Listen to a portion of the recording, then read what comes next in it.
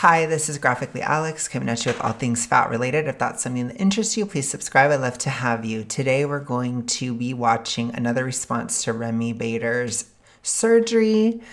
I think that this is illuminating within the fat acceptance community as it exposes a lot of strange sentiments that they have. So let's go ahead and listen to FierceFatFemme. I'm going to just play the whole thing and then I'll break it down piece by piece. Would rather potentially die, people would rather potentially die from getting weight loss surgery than remain fat and have the repercussions of fat phobia thrust upon them. And a lot of people are talking about Remy right now because of the podcast episode with her and Chloe talking about her weight loss surgery. And I have something even more deep, I think, for us to discuss. I don't think anyone is surprised by any plus size influencer getting weight loss surgery or doing Ozempic, whatever it might be, because we are in the rebranding of heroin chic of the late 1990s and early 2000s. So it's not shocking. It still hurts a little bit, And I think in the podcast, there was a lot of really intense discussions about health as it ties to fatness. And I just want to be very clear that there are a lot of fat people who are perfectly healthy. And I want to be very clear again that health does not define your worth. There are people who are chronically ill who will never have a clean bill of health. And do they not deserve to live a life worth living without people shitting on them and without access to healthcare? Everyone is entitled to their privacy. Nobody owes anybody an explanation for anything. And when you have a large social media following and you are essentially showcasing your weight loss journey and showing people how much weight you've lost, etc., maybe without saying it specifically, but still you being there showing that, and making people believe that this just happened with changing eating habits and making better conscious decisions, makes people feel like they can do the same thing if they just do those choices. And it's important for us to disclose how and why you got here, right? Not that it was just I stopped drinking soda or I started eating more salads. No, the truth is that 80% of your stomach is gone.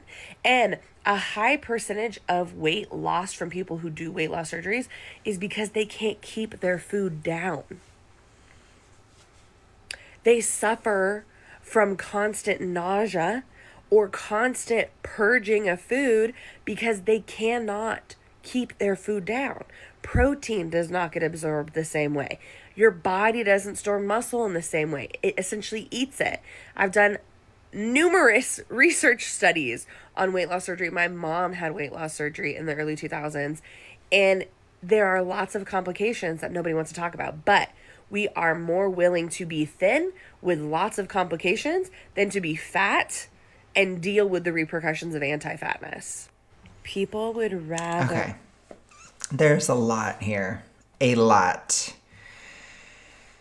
Oh my goodness. So I definitely saw some toxic ritualistic projection, aka E followed by the letter D going on. I saw some other stuff going on. I saw some, I told you, using the surgery as a weapon. This is something that is done a lot within the disorder. So we're going to go ahead and go through and just break it down. There's much to say. Much. Potentially die from getting weight loss surgery than remain fat. So when we're talking about especially supermorbid obesity, which, I would, she may be there. She probably is there. If not there, then close to that. That's also deadly.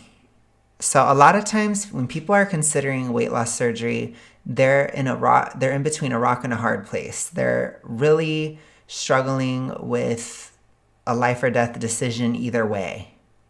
This is not usually something made lightly. This is not usually something that people just do because they feel like it one day.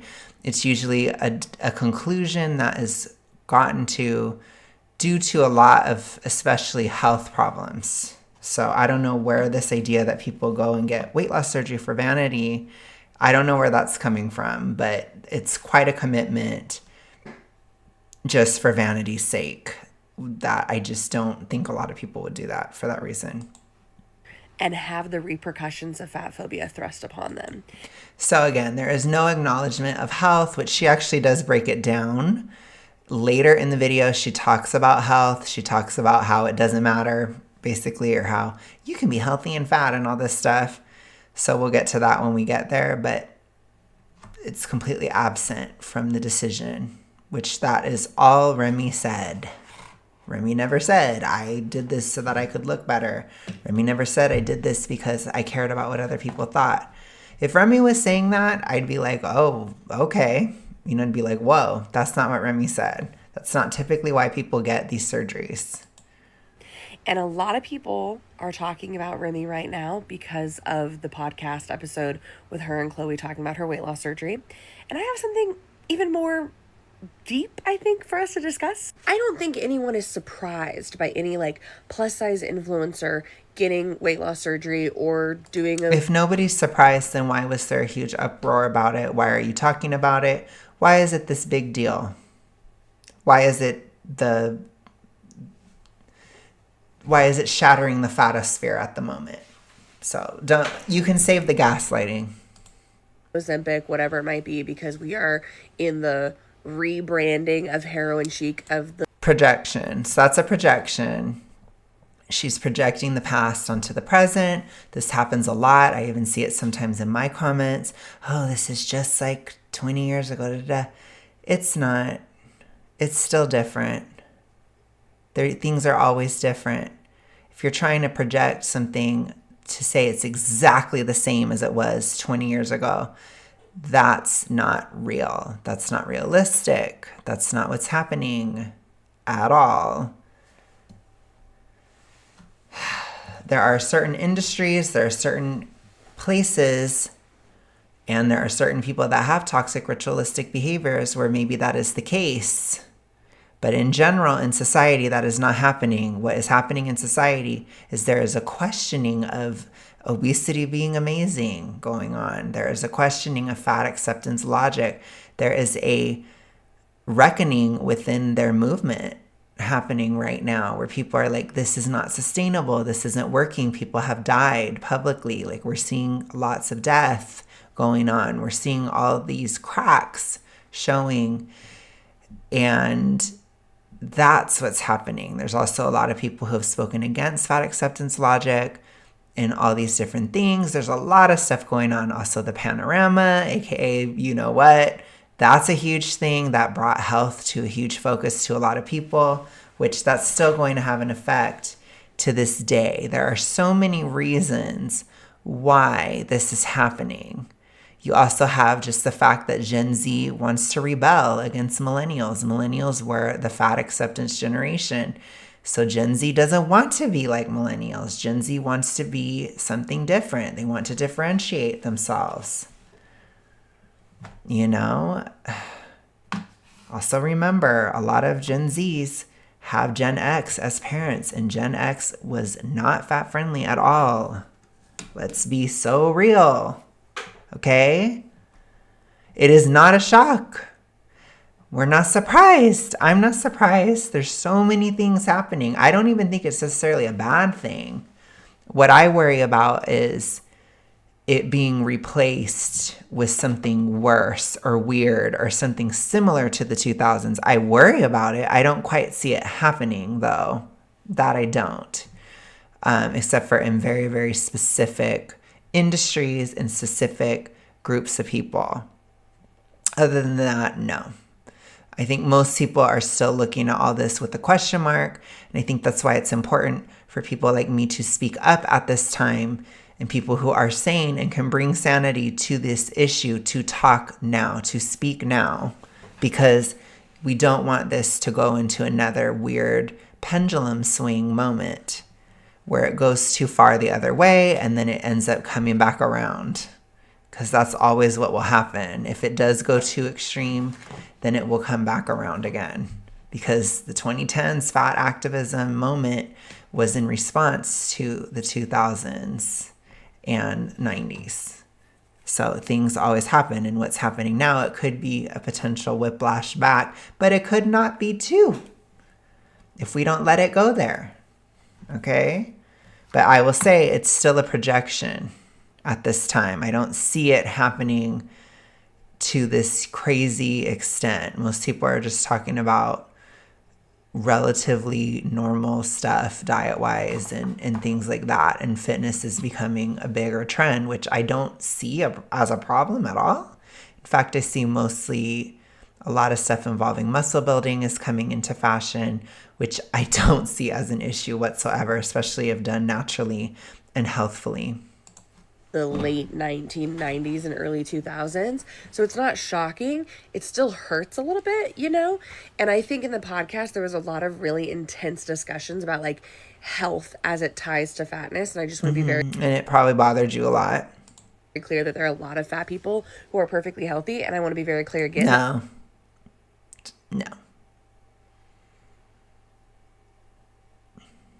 Not true. That health does not define your worth. There are people who are chronically. People don't typically say that, but it is a good thing to encourage people to care for their health. It's really self-destructive and bizarre to advocate for not. Ill, who will never have a clean bill of health. And doesn't matter. Being obese still makes the vast majority of those issues worse, especially even at different levels of obesity, even at low levels of obesity.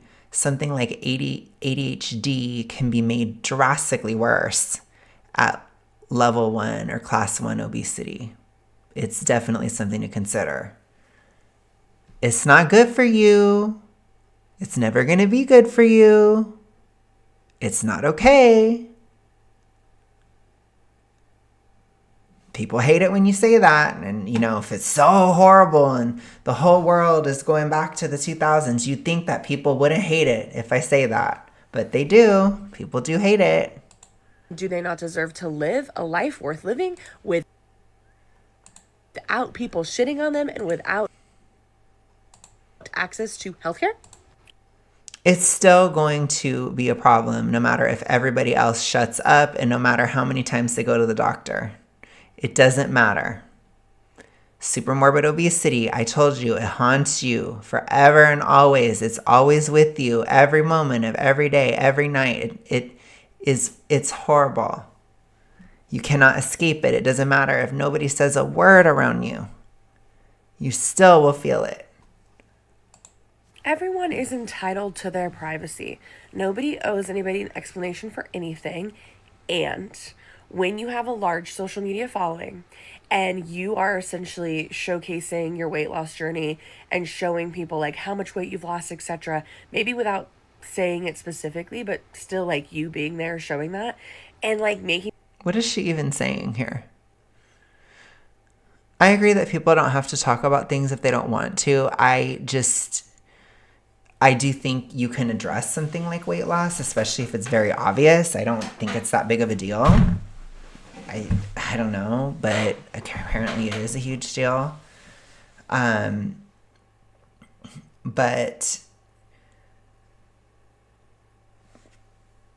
if she didn't say anything about it, then she didn't say anything about it.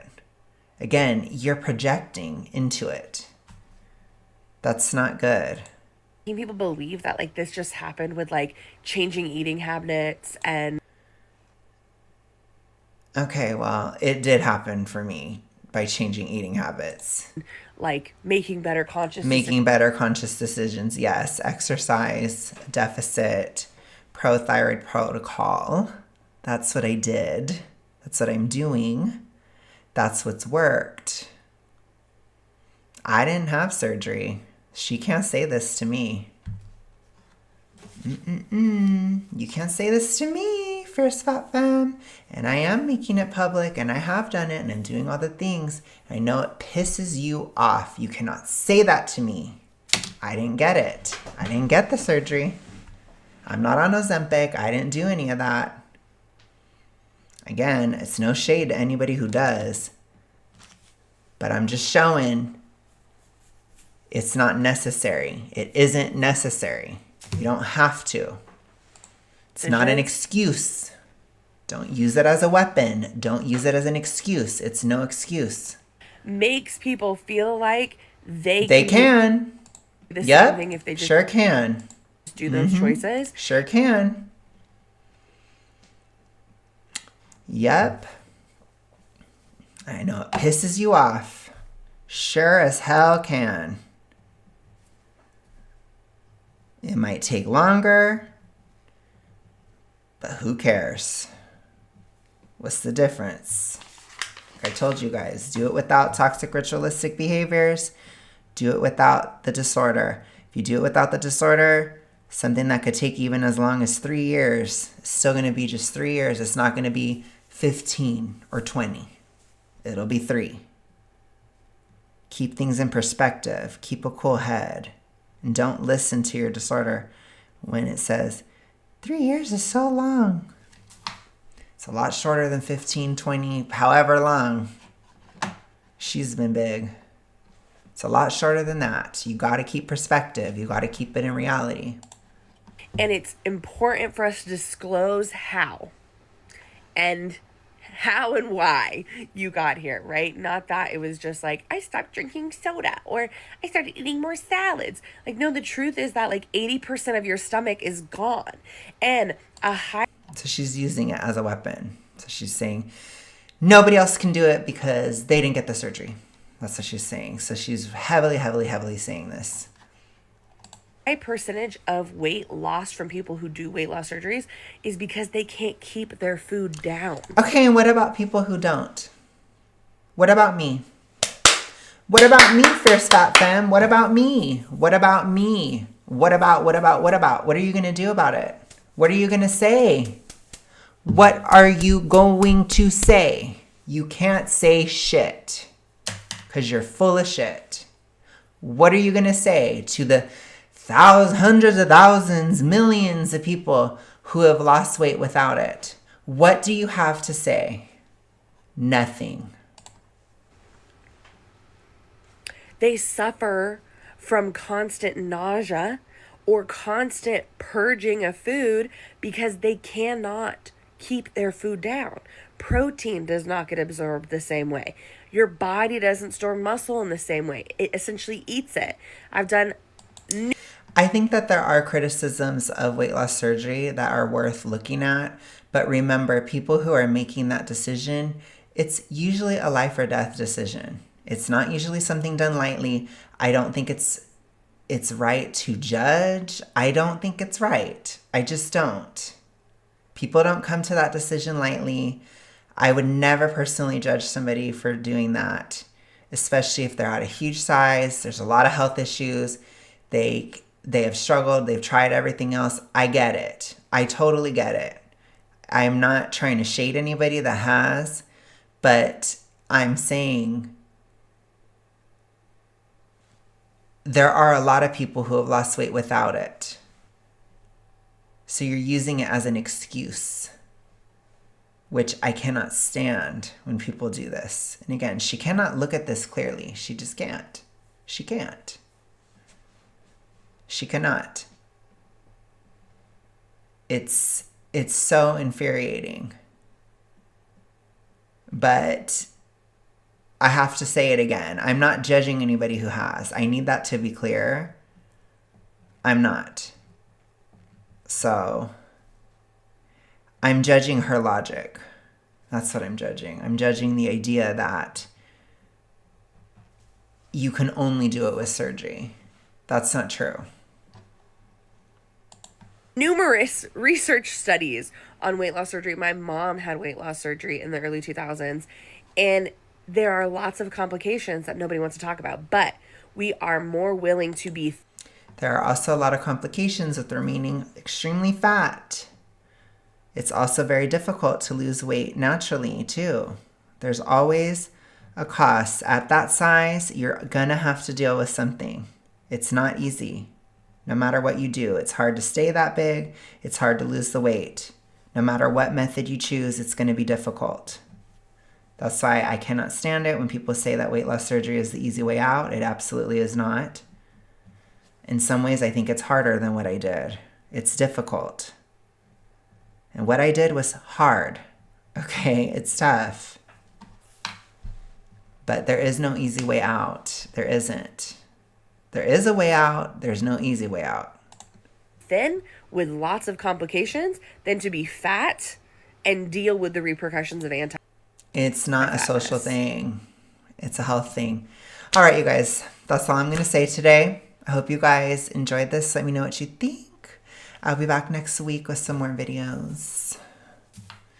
It was nice to just get in touch with Fat Acceptance TikTok. It's been a minute. They've been active. They've been doing stuff again. But anyways, you guys, I will talk to you guys soon. Peace.